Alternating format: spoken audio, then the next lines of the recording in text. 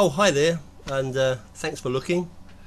Been a bit busy since I last did a video, and had quite a lot of comments about that with CO2. Thanks for that. Time is of the essence, as it is with everything, so I'll crack on with this, I think. There's some very serious issues facing us, as you're all aware, and I don't want to be a scaremonger, but the best way of dealing with it is look at it head on, I think. Take it head on and look for solutions. And I think most of you will be familiar with higher food prices now in the shops. Certainly petrol or fuel prices, energy prices have all soared. I think in Australia, I think they went up about 20% since the start of the year, so they're actually still only paying 80 pence a litre, so they're doing quite well. In England it was around 90 pence a litre for diesel. It's now about £1.30 for diesel, so we are seeing some big increases, and really that is purely down to the fact that we've not been planning for the future, or what planning there has been very little and not focused and not global, so there are some problems. For things to be effective, you need really global cooperation, which is extremely difficult, as a lot of us can't agree on what day of the week it is or what causes what. But nevertheless, there is a need, and there's no hiding place, that you can be sure. Wherever you are on the planet, you will be affected, whether you like it or not. So, with that in mind, we need to be working together, and leadership is an issue which I'll talk about on another little chat. The world economy is a sort of geometric type economy, which has been increasing at a rate of 4 or 5% each year, which has been quite good, but population is also increasing and demands are also increasing. So every 15-20 years you get a doubling of the impact of all this on the planet, with growing food, energy use, and of course we have some climate change problems, and I'll call it climate change rather than global warming. Global warming is a bit, there was a lot of controversy about that as regards CO2, and CO2, high levels of CO2 are not good, and they are rising. It's about 380 parts per million at the moment, and be going up to about 425 parts per million, and there's problems there. But there's also the issue with the output from the sun, and that's another issue as to whether that's a major factor. It certainly has been a factor in the past. I'm a radio ham, and I operate on the HF bands, the high frequency bands, and also VHF. So I'm aware of sunspot cycles, the 11-year cycle, and there are other cycles, 80-year cycle, 180-year cycle of sun activity. Probably one that is well documented is around 1650 to 1750, when the output from the sun would appear to have diminished somewhat, and there was a lot of cooling going on. It's well documented that there were fairs on the River Thames on the ice during the winter times. I think there was 1 or 2 disputes in Europe settled by armies marching across rivers or lakes that were frozen to attack their enemies.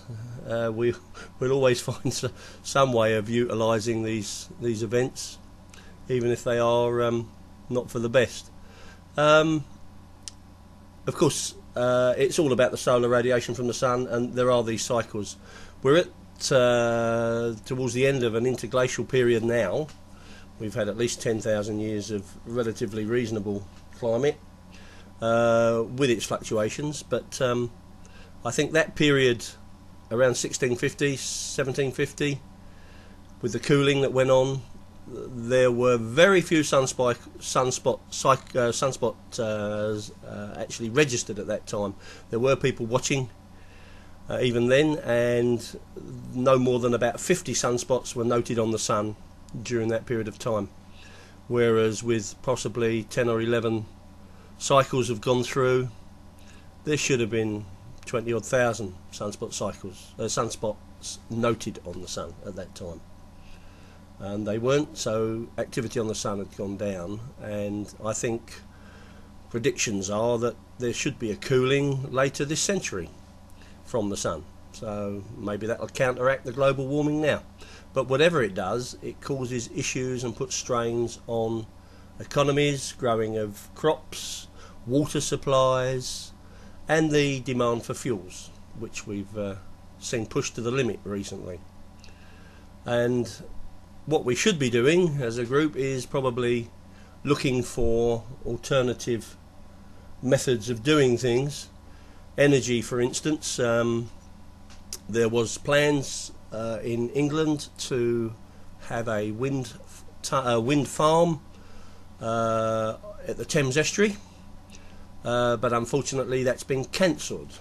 There was also plans to build a power station in Scotland, prototype, which would generate energy rather, but the CO2 would be captured and stored. So that would be a more clean way of producing our energy without releasing the CO2 into the atmosphere. But that's been cancelled, and one wonders why these things are being cancelled when governments want to introduce more green taxes, which I think we could all be in favour of, possibly, if we knew exactly where that money was going and what it was being spent on. Obviously these two projects and similar projects in the States, there's another project in the States, USA, where they were going to build a power station which would capture all its own CO2. Big problem with that was that you don't only produce CO2 but you produce nitrogen, and the costing of separating the two was quite a lot. But there have been some developments with lower cost filters to separate these two substances or gases, and you didn't really want to lock up a lot of nitrogen because of the cost of it, putting it in vaults, and there's no purpose because it's not recognised as a global warming gas at all. But anyway, these projects have been cancelled, and one wonders why, when there's still plans to build more runways at Stansted Airport up the road here and at Heathrow Airport. So we have to see. It is about spending some money, so it's not cheap to look for alternatives, but it's going to be more expensive if we do nothing. That's a fact.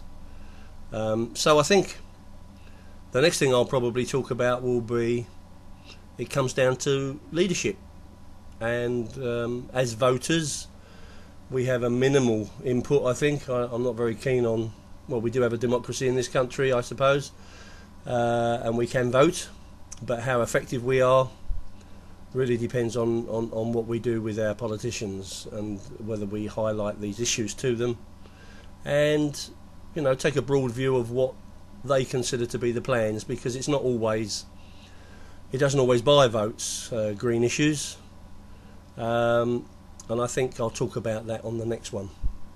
So thanks for listening, and have a good day, and I'll try and be a bit more regular with these videos to follow on. So I'll talk about leadership and maybe a part that we can all play in bringing this subject to the fore.